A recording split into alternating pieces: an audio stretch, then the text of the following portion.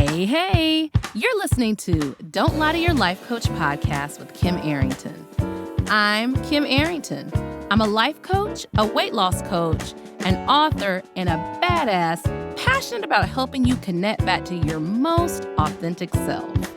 Join me here each week so I can coach you on how to think all those juicy thoughts that get you feeling your absolute best and taking some big ass action. Coaching has changed my life, and it can change your life too. I'm here to give you real life solutions to create a life you'll love.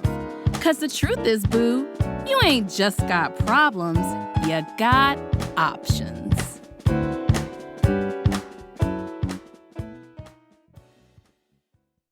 Hey, y'all.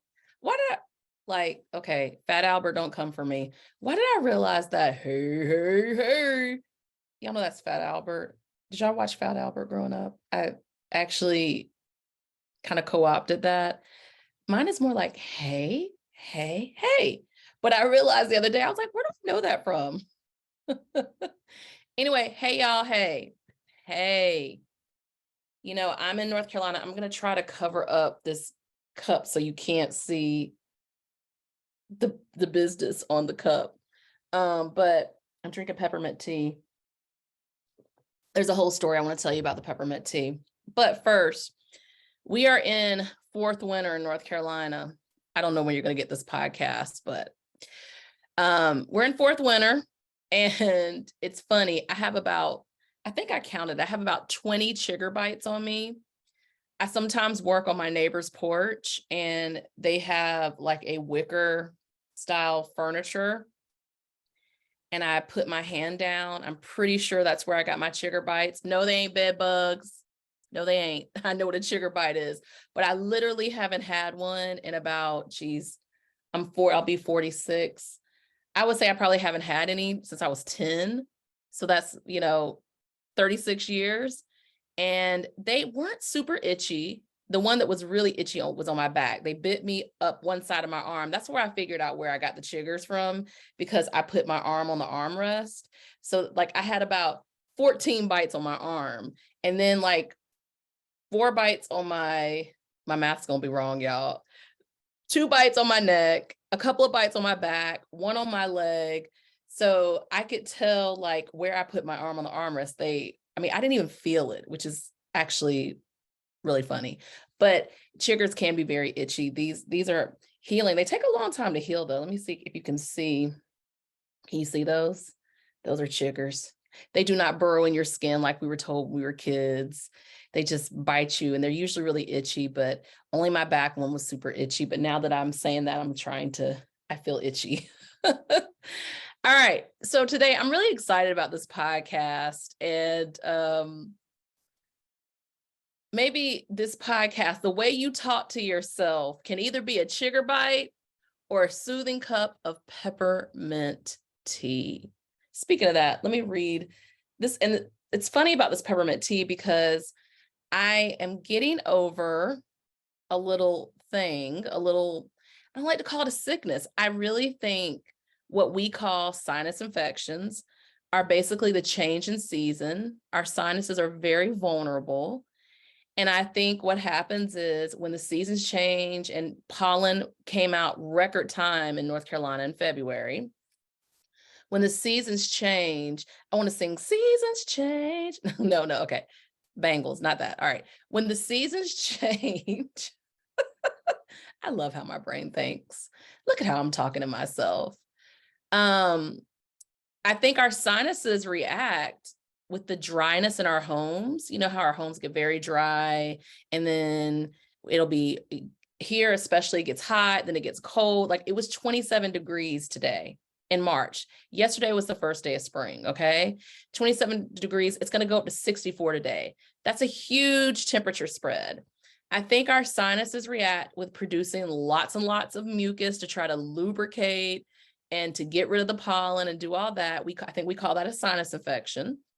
And then what my doctor gave me, this valuable key to my health, probably about 6 years ago, where he said, if a sinus infection goes long enough, it collects in your chest, and then you get, bronchitis. And that changed my life because I would have bronchitis sometimes for 3 months, literally. And then it would be a new cycle. It always happened around a Christmas tree. If y'all have live Christmas trees, I can't with the mold. Good luck with it if you can. I cannot. So I got rid of the Christmas trees. That reduced, I haven't had bronchitis since that situation, since about 5 years, 6 years. And then I have a whole spate of home remedies I do. But the point is, I got to stop it before it becomes a full-blown sinus infection, because I know it's going to turn into bronchitis if it goes too long. And so I don't do humidifiers. I cannot trust myself to keep it clean. I will put a pot of water on the stove. If y'all do that, that's on y'all. You better watch it so your house don't go up in flames, okay? I'm really good about knowing the pot is on. I worked out from home today. I had the pot on while I was working out, so I could just kind of bathe my sinuses in moisture. Your shower does that. Sometimes I'll hang up clothes in my room, like even hanging a towel in your room. You just gotta be careful because you don't want to encourage mold, right? Because there's overconsumption of anything can be too much, okay? And so what I've loved about this realization is that if I can get it when my sinuses start to get reactive, and now this next coming season, I want to try to catch it prior to that. So like really when I know like that first cold, warm snap is coming, go ahead and bathe my sinuses so I don't have to go through all that. So this it really fits in our conversation today, right? Because the way we talk to ourselves, like that piece of information I got from my doctor really changed my life. And then I got more information. I think that is the equivalent of like how powerful it is, the way that we talk to ourselves, the things that we may repeat to ourselves hundreds of times a day, the things we say about other people, the little, prisons we create about how things aren't going to change. I think the way, and in my coaching, this has been one of the most transformative skills that I've taught my clients is the way to talk to yourself. And I'm going to be honest, y'all, like Goldie Hawn years ago did this whole thing around happiness. You can probably find it on the internet. I am predisposed for happiness. I am predisposed. Look at how I'm talking to myself. I am predisposed for being grounded. I've almost always been able to be a silver lining person. Now, I think that it's a skill that can be taught. Yes, I might be predisposed for that. Like I'm predisposed to be able to sing. I'm predisposed. Some people are predisposed for a jump shot. They're tall and, maybe they got it in their genes. I don't know. But the bottom line is the things I'm not predisposed to, I teach myself. And I want you, hell, even if you ain't predisposed, why not grab that juicy thought of I'm predisposed to happiness. I'm predisposed to speaking well to myself. Because last week I had a client and honey, she was arguing so hard for her not to be able to find the job that she wants. It doesn't work this way. It doesn't. And I just said to her, you are arguing so hard for this. You're gaslighting yourself. You want this thing and you're so fearful of it. You're arguing why it can't happen. I was like, this is how I'm different. I'm going to argue how it can happen no matter what, how it's going to happen. Right. And so that's what I want to talk to you about today is how you can get yourself on board with believing that things can happen in your life by how you talk to yourself. And this is the thing. This is not toxic positivity. I didn't tell you not to feel your emotions. Like if something breaks your heart, I want you to feel that it breaks your heart. But I'm going to tell you what I do because I believe sitting in a place of powerlessness can be very self-indulgent, right? It feels like you're doing a thing. And for me, I literally will give myself, I'll be like, okay, you can be sad about this for a day. You can check back in with yourself to see if you're sad, but I want you to start turning the corner because y'all don't remember all the things you were sad about. If I asked you, what were you sad about April 1st, 2019? Most of you all can't tell me unless it was a huge event, like someone really meaningful to you passed away or something like that, okay? And kind of back to that whole sinus thing. Not only did I have to get moisture, I had to think about moisture in several different ways. I know some of y'all hate that word. I had to ply myself with liquids, tea, water, juice. I was dehydrated. That's the other way that sinus infections and any infection can really get in. It was a perfect dry area for me to accept whatever. So I had to think about it from putting the pot of water on, blowing the hell out of my nose. I'm surprised it's still on my damn face. And drinking. And I have been working on this weight loss program for you all. If you're interested, www.kimarrington, y'all know KIMARRINGTON/weight loss. If you go into the show notes in any of the podcasts or on YouTube, I have the link there. You just click the link and you can find out, you can get on the waiting list. I'm working my ass off to get y'all this weight loss course. And I have been staring at the screen and not drinking enough. And I had to remind myself, no, you can take care of yourself, even though you're trying to take care of getting them a thing. And so I had to look at it from a multiple prong, perspective. And that to me is also what speaking to yourself. Y'all hear me say speaking life, speaking to yourself in a kind way can do to you. Remember, overconsumption is always showing us something we could be doing different. Y'all know I talk about overeating. If you're overeating, there are places that overeating is trying to tell you where truth can be found in your life that you are not paying attention to. Okay. And so I always say this, the solution is in the problem.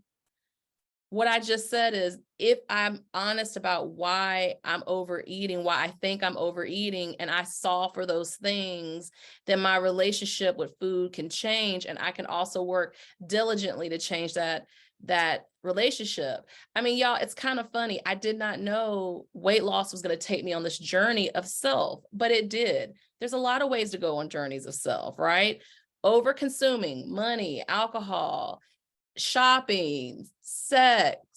Well, I don't know. Like, I don't want to speak on the sex one because that some of us need to having more sex, but I'm talking about anything that you do too much of, indiscriminate, constant, all those things can lead to you not recognizing truths that you could go there with that truth and you could have some relief. Okay.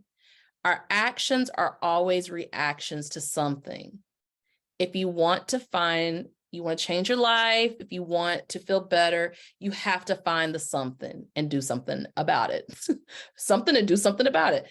Find that thing, those 3 big issues, those hot button issues, and work on that. Okay. Because my big thing right now is I'm looking at money. I have solved for overeating. I know how to not overeat. I know if I'm overeating, I need to look at a thing. Right now, I am solving for money and I am enjoying it, y'all. I'm enjoying being so honest about money and learning from people. You know how I say y'all learn from me about like overeating and having the best life you can, right? Stopping overeating. There are people I'm learning about money and having the best financial life I can, and I'm loving it. Look at how I'm speaking life, right? The end of struggle is the way you talk to yourself, okay? The end of struggle is the way you talk to yourself. So I think it's not hyperbole for me to say the number one way to improve your life, the most important thing I teach people is to talk back to how they're feeling. You all believe your feelings are real. Now, saying your feelings are valid is different than saying your feelings are real. If you feel something, it is giving you information that is valid. But we decide things all the time that feel real, but if you said it to someone else or you really looked at it logically, it is not real. Okay. So I'm not going to get deep into that, but I'm going to tell you, no one gets to this better than Louise Hay. Louise Hay is the affirmation queen.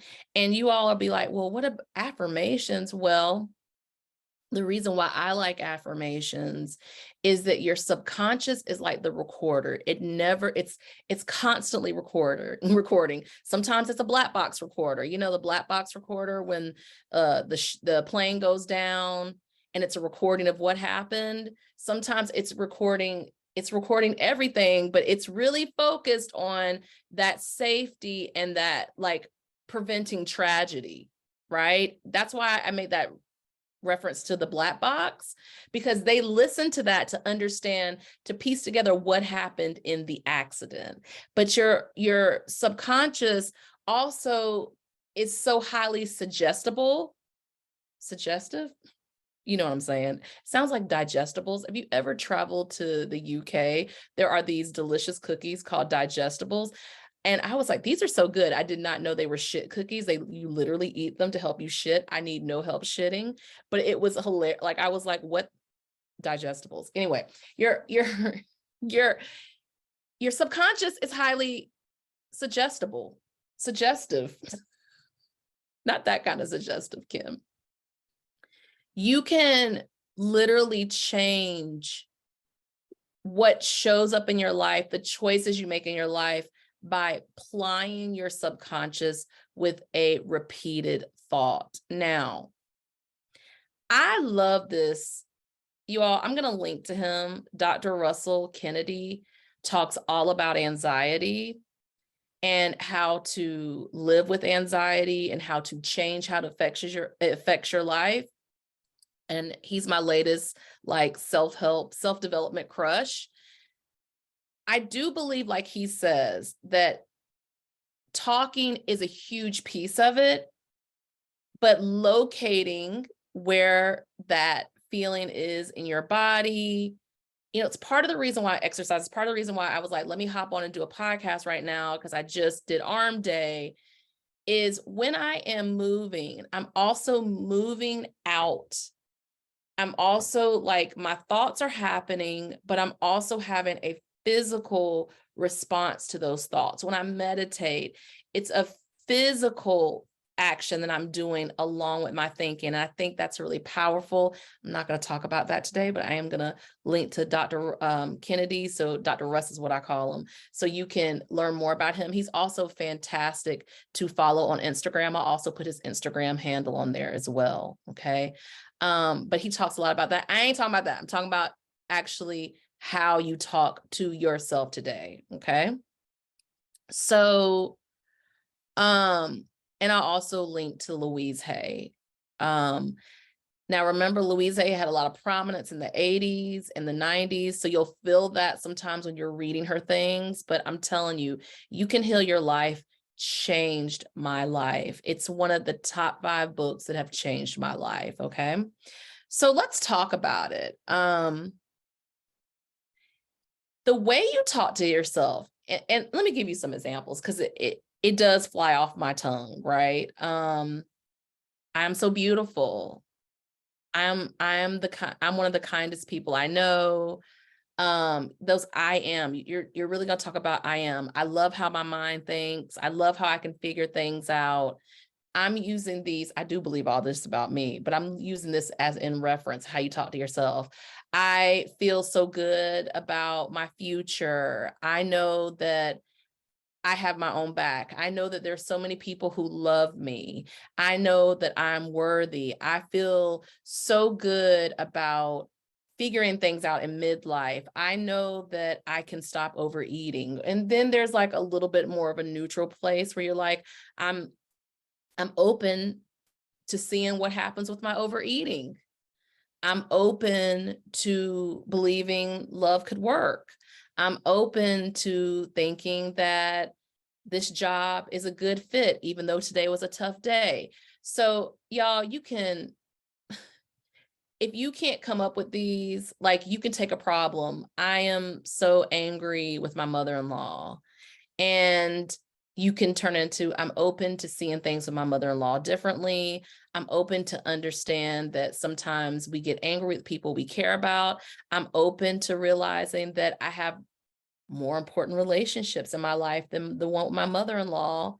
And I'm not letting my other relationships take precedence. And like, you can also make your affirmation be real about people. Like, even though this relationship with my mother-in-law feels difficult at times, I have my own back. Sarah has my back. Jamal has my back. Like, you can affirm even in difficult situations. So remember, if you're having something that's really coming up to you for you, you can change that around. And when I say affirm, you're going to repeat that. I sometimes take a timer and set it for 10 minutes, 5 minutes, 3 minutes, 1 minute, and I will repeat that over and over. I will repeat something over and over. I trust myself. I trust myself. I trust myself. I trust myself. I trust myself. I'll notice the pictures that come up in my mind. Sometimes there's solutions that present themselves. It doesn't have to, but the point is I'm saying it over and over and over. I am bathing my subconscious that is so willing to look how to keep me safe. And remember, keeping you safe isn't allowing you to blossom all the time in the ways you need to blossom in your life. Your subconscious wants to keep you safe. And if I bathe it in reassurance, that's the word I'm looking for. Speak in life, the way you speak to yourself is the reassurance you often want from other people that you can so easily give to yourself. That's the truth. That's the truth. So you need to think about affirmations or speaking life or the way you talk to yourself as like, remember when you were a kid? I don't know if you all play this game. We used to play this game, would be like force filled up. You know, in the cartoons where they would put up a force field around themselves, or I like to say a Teflon Donna strategy, right? Like with Teflon, you know, things don't stick, right? That means that if you have a regular practice of turning your thoughts into powerful affirmative statements for you, that when things go wrong, when the shit hits the fan can hit the shit. Your affirmations can be that fan blowing that shit off. I like to say all the time, do not let other people hang their shit on you. How do I do that? I talk to myself about it. I'll say, I'm trying to think of a name right now. John likes to come at me at times at work. And you know what? I know that what John thinks about me doesn't matter more than how I think about myself. And I'm going to have a conversation with John and try to understand him, but tell him what my boundaries are. Go listen to Boundaries with Your Damn Self, okay? And another great episode to listen to would be, oh, it just went out my mind. Everybody Talks About Everybody. That's both those episodes are very affirmative episodes, okay? And I need to stop letting what John says bother me. This is taking me back to when my dad used to say this, and my dad is not John. John is my coworker. Maybe John is showing me a place that I'm ready to heal. Maybe I need to stop making John's words matter than my own. You know what? I'm so capable. I'm so able to figure this out. I'm going to ignore the fuck out of John. That's talking back to yourself. That's the force build up, Teflon Donna strategy on. Okay. All right. So that is, it's self-protective. Like, you can feel and figure out anything. How affirmative is that? How affirmative is that? So I believe the way you talk to yourself, that's the atoms of self-love. That's the path to self-trust. And like anything, y'all, like when I was learning to run, I had to build up endurance. I had to try it several different ways. I had to realize these days I need to wear these clothes. This day I need these shoes. Like y'all should have seen me when I had to change shoes from Nikes to Brooks. Like I was freaking the hell out because all I had known was the Nike experience, and Brooks work well for me, right? Brooks, I was ready to do something different, right? So the atoms of self-love is like not the validation of others. The validation of others should be like, you're making a salad. Listen to this reference. I like bacon bits on my salad, but every salad I have don't got bacon bits on it. Validation, outward validation, outside validation. That's your bacon bits. That's your eggs. I love eggs on the salad, but I don't gotta eat a salad with eggs.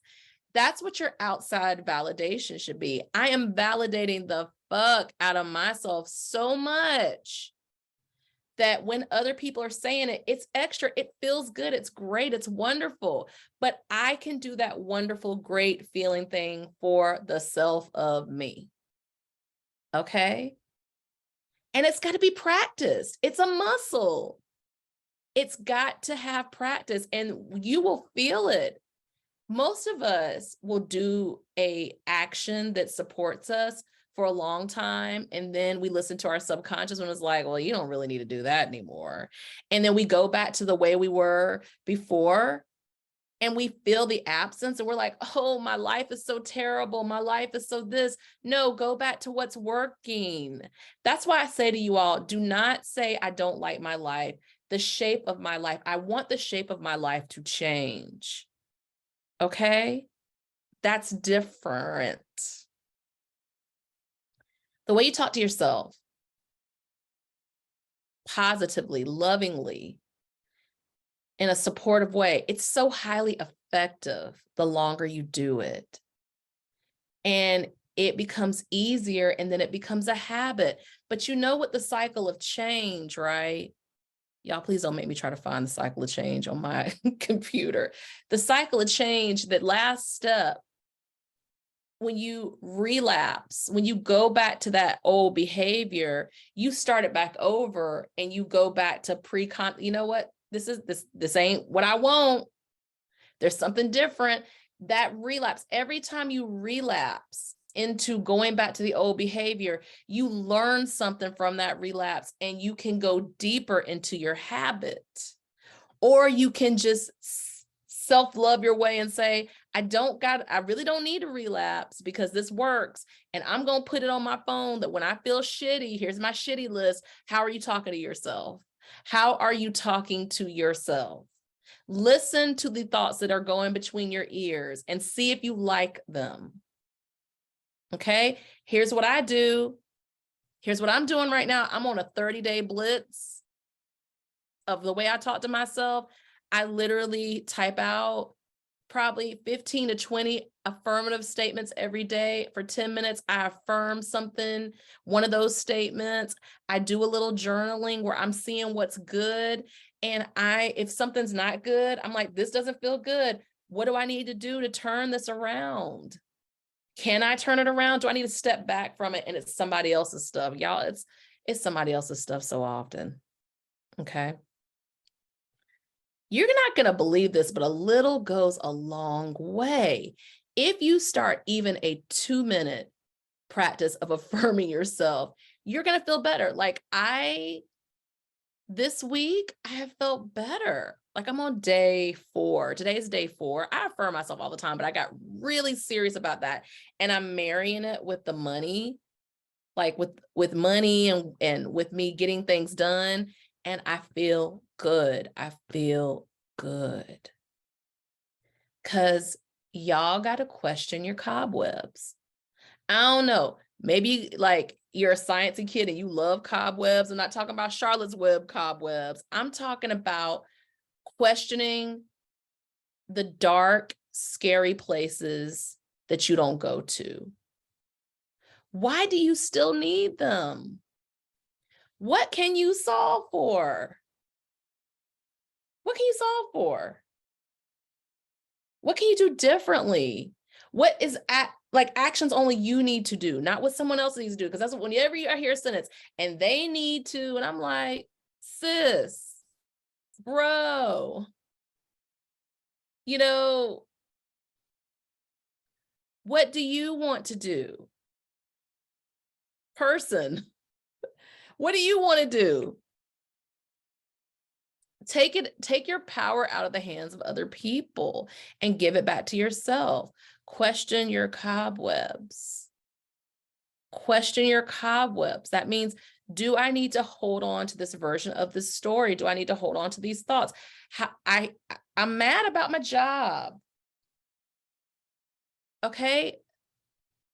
5 different solutions in 5 seconds. Okay, not really 5 seconds. Find a new job. Apply for a new position. Move where you are in the company. Is there something you've always really wanted to do? Is there an additional out of job thing you could do? A hobby you want to pick back up? Do you want to be having more fun? Like that's the kind of stuff, if you come to me as a one-on-one client, we work through. And what I'm hoping to offer sooner than later is a group coaching ability, psychic ability, no, a group coaching ability so I can work with multiple people to improve your life, okay?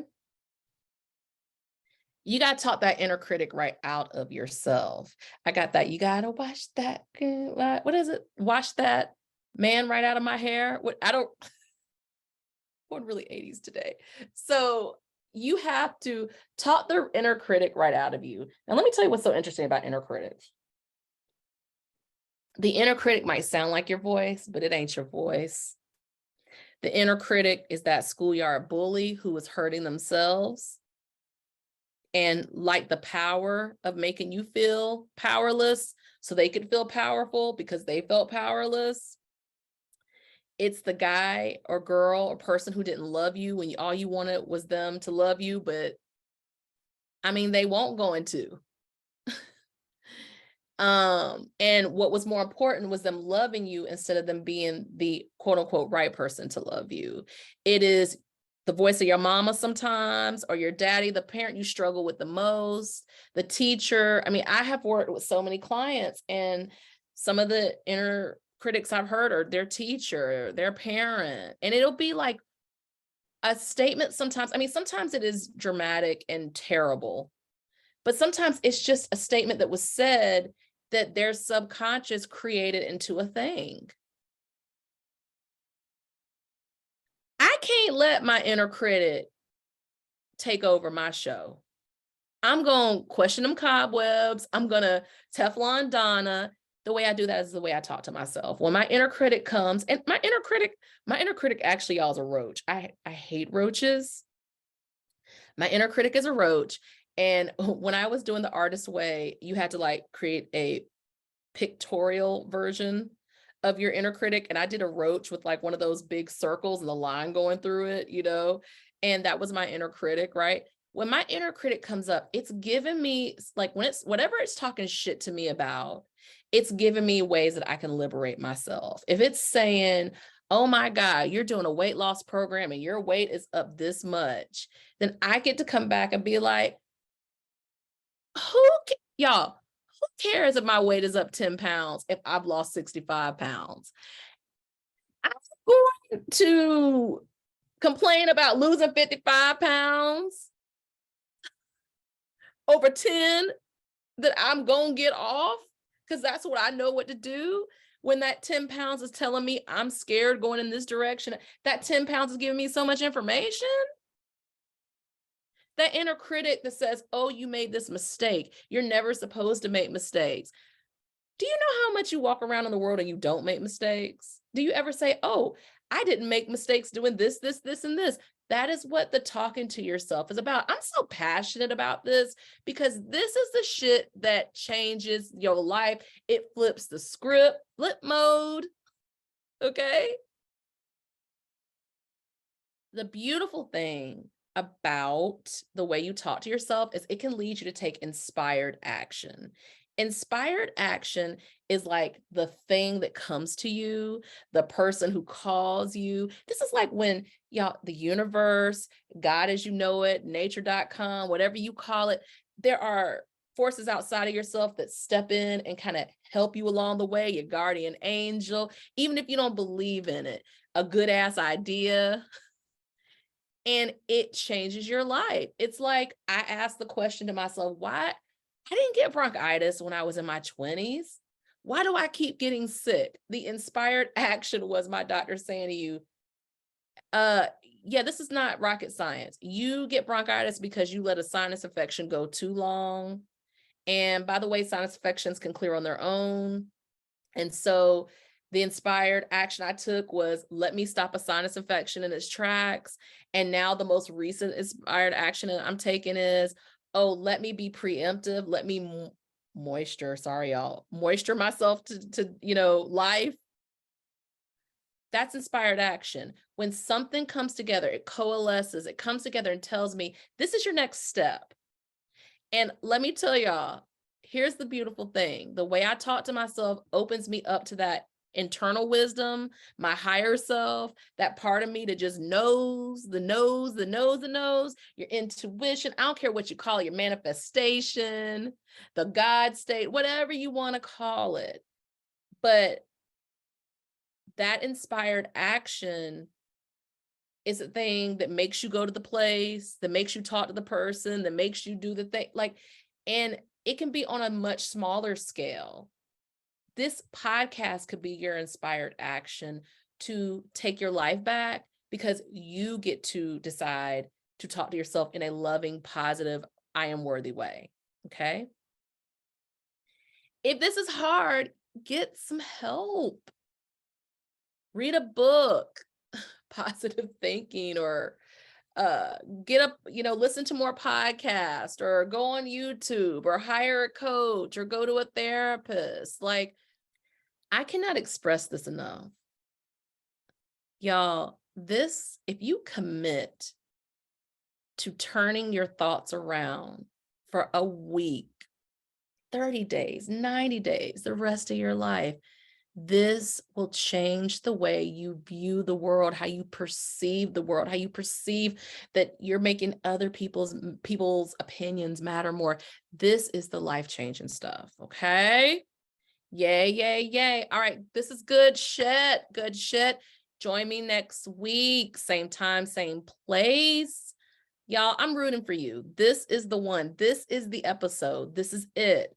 Talking to yourself with more love brings more love to you via yourself and other people. Your world literally can change. If there is such thing as alchemy, this is it. If I can turn regular things to gold, the way you talk to yourself is it. Okay? All right, y'all, have a good one. See you next week. Are you feeling what you just heard? Good, good. Repeat after me. You don't have to figure it out on your own again anymore. I'm here to help. Head over to KimArrington.com and download my free video series dedicated to getting you feeling your best right now. Look around, there's some good stuff waiting on you. Got questions? Well, we're always talking on the socials, so find me on YouTube, Insta, and the book. Don't be shy, y'all. Go listen to another episode or join me here the same time next week. Finally, don't keep good shit to yourself. Share this with a homie that could use some help too. Remember, we're not lying to ourselves anymore. We're not lying to our doctors. And you damn sure don't lie to your life coach.